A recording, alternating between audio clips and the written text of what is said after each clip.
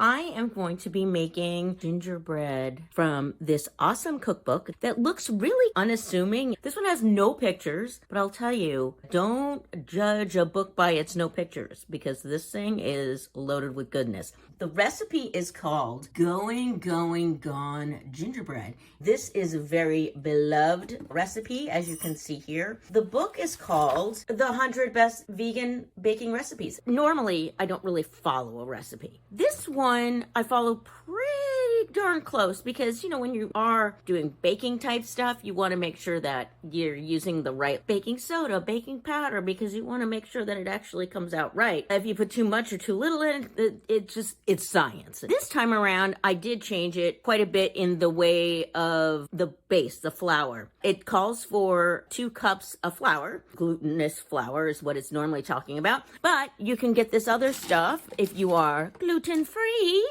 and do this instead. I got this at Costco. A lot of these items I either got at Costco, at Trader Joe's, or someplace else that sells groceries. It's so funny. People always say, oh my God, where do you buy vegan food? It's like the grocery store. This one's called Namaste, organic perfect flour blend. You can use 1-to-1 substitute for wheat flour. I always use organic. If I am going to ever use this flour for someone who is gluten-free, I want to make sure that it never touches regular flour. When I go to measure, I always measure out of this one first, then I go to my other flour. The other flour I get at Costco, it's organic. It comes in like a 2-pack of flours. So I just break it up into this little thing that I got at IKEA. I put in 1 cup of this and then 1 cup of this. I don't know how that's going to turn out. I've never done that before. This is a brand new idea that I'm working with. The other ingredients that are going to go into this little guy, sea salt from Trader Joe's, sugar, less sugar than it calls for. This is delicious. It doesn't necessarily need all the sugar. It's gingerbread, so it has molasses. This is not organic, but non-GMOs. Then the other ingredients, baking powder and Trader Joe's baking soda. Here's ground up ginger powder. It's organic, kosher, vegan, gluten-free, organic ginger powder. As far as the spices go, we need the spice. Cinnamon, Costco, see, Kirkland. Now they carry this one that is organic, but I'm gonna use up my old cinnamon before I open this one up, but I wanted to just show you they got organic now. I love cinnamon. Whenever it's like a teaspoon, I put like a heaping teaspoon. Nutmeg, organic. It calls for 1/4, so I went a little bit over because I like the flavor of it, but you don't want it overpowering. This recipe calls for vinegar, and I will tell you that vinegar is like, ugh, I hate vinegar. It's like, ugh, why would I want to put that in something that's sweet? So here's the thing with vegan cooking is sometimes you have to alter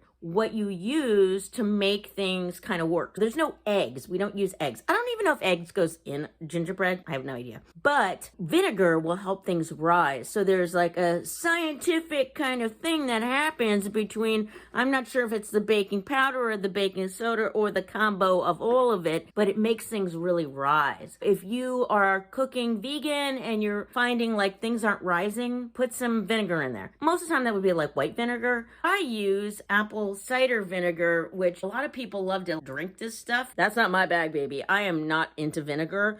But when you cook it, you don't taste it at all. It just evaporates. If you put too much in, you probably will taste it. Don't go overboard. Don't be like, oh, I really want it to rise and put a whole bunch in. This one actually calls for 1 teaspoon of vinegar. This has got like the sediment and all that kind of stuff at the bottom. So I shake it up really well first and then I put it in there. What I've got so far are all the dry ingredients. Ooh, look at that. I put all the stuff in the bowl and I've already mixed it up. I'm going to put in all the wet stuff next. I'm making a little thing in the center, a little hole, and that's where I'm going to put all the wet ingredients. The milk, the molasses, and oil. If you are trying to watch your oil intake, substitute oil with flax meal, ground up flax seeds. Can't just be flax seeds. You can just sub it. You don't have to add water or anything, but you may find that your mixture is a little bit dry, so you may need to put a little bit more liquids in it just to counterbalance it. I'm gonna go a little bit on the oily side because I've got the gluten-free flour, so I'm not really sure like if I start really modifying the heck out of this thing, if it's gonna work because this is an experiment. I'm gonna use olive oil, and you might be like, what the heck? Olive oil? It works fine. It's not like it tastes like an olive. I'm not happy about the fact that this is in plastic.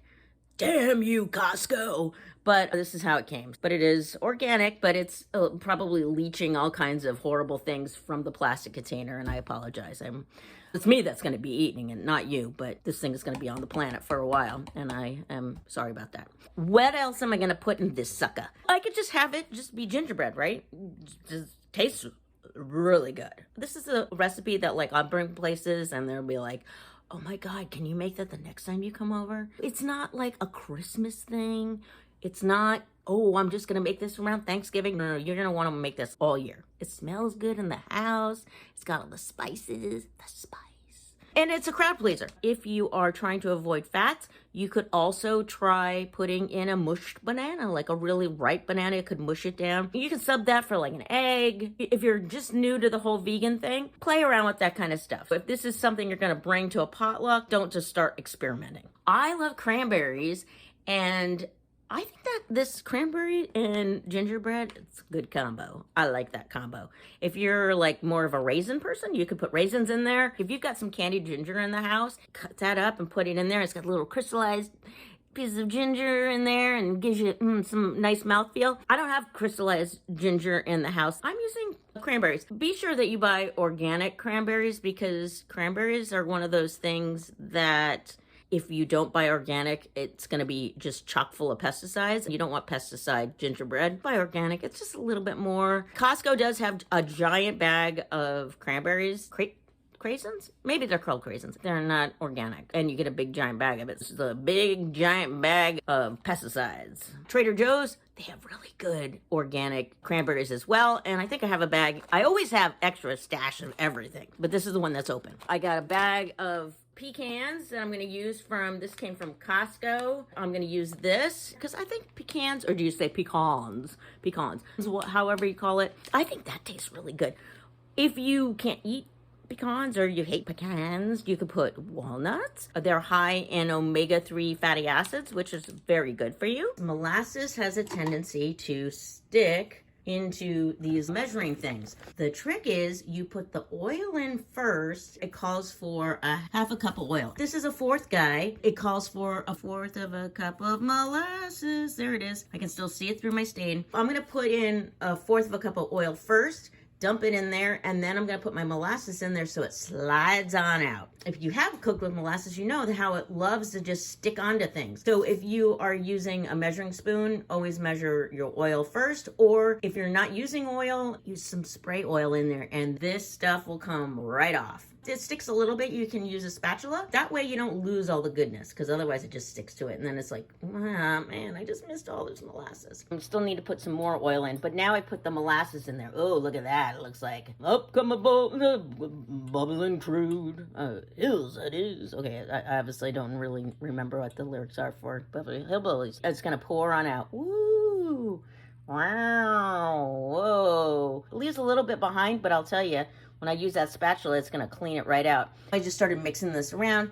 It looks like a weird slurry. Slurry is a funny word, isn't it? You're gonna mix this around, get it all good. And then I'm going to add the accoutrements, the pecans and the cranberries. So now it's looking good. It's more smoothed out. And even with me not using all the oil, it still was very pliable, moved around. When you go to stir it around, make sure that you lift from the bottom, because if you are doing this by hand, you don't want to have a bunch of molasses stuck at the bottom, which I did until I really gave it a good one over several times. I'm going to put it in the oven, 350. I'm going to check it probably at 45 minutes. Put a knife in there and see if it comes out clean. If it's all gooey, then it needs to go back in for a little while. And with playing around with the different kind of flour, I'm not really sure how that's going to work. The consistency seems pretty good with the gluten-free flour, so we'll see how it turns out. It always seems to rise really high in the middle, but I have a feeling it's not going to do that with this flour. We shall see, because it's all science. So I just checked the recipe. It's actually supposed to be around 55 to 60 minutes in the oven. Came out of the oven and came out clean with the knife. So it looks really yummy. So I gotta wait for it to cool, then I can eat it. Yay!